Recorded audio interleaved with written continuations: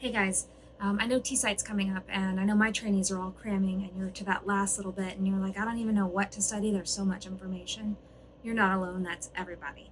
But rather than offering you some content advice, I thought I might offer you what I learned when I was taking Tsite and my boards, is that the word next really important. In the end of a question, you read this question stem. It's a mile long. The very last sentence, the difference between what is the best treatment and what is the best next treatment is really a big deal. It's why when you get to the end and you see two answers and you're like, well, I do both of those things simultaneously. It's because you're looking for the word next. If it says what is the best treatment, it's wanting what is the definitive treatment? What is the thing that will give you the definitive answer, or what is the most appropriate treatment? If you only got to do one thing to help this patient, what would it be? So if there's no word next, it's if you only had one. If they put the word next in there, what is the best next treatment? Then what they're looking for is what is the least invasive step that you can take to get more information to know whether or not that patient needs something invasive.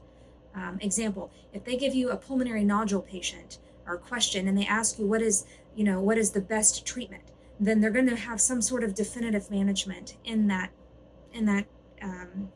answer choices. If they ask you what is the best next treatment, they're probably going to give you some option for enhanced imaging or a biopsy or something else that is less invasive than an operation or radiation.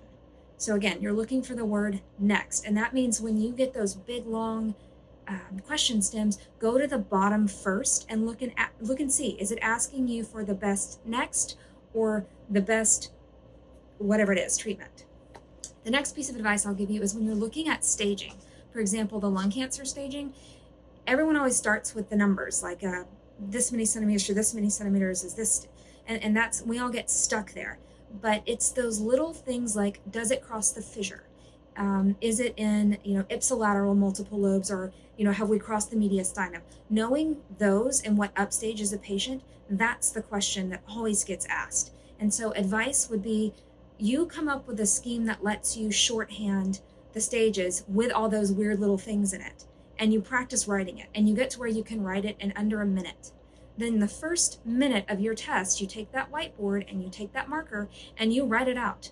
And then for the rest of the test, you're going to look at that. You'll find that once you've written it out, probably you'll remember it, but there's so much information to try to pull at once, you can double check yourself, and it lets you move on to the next question and leave that behind because you wrote it down at the beginning.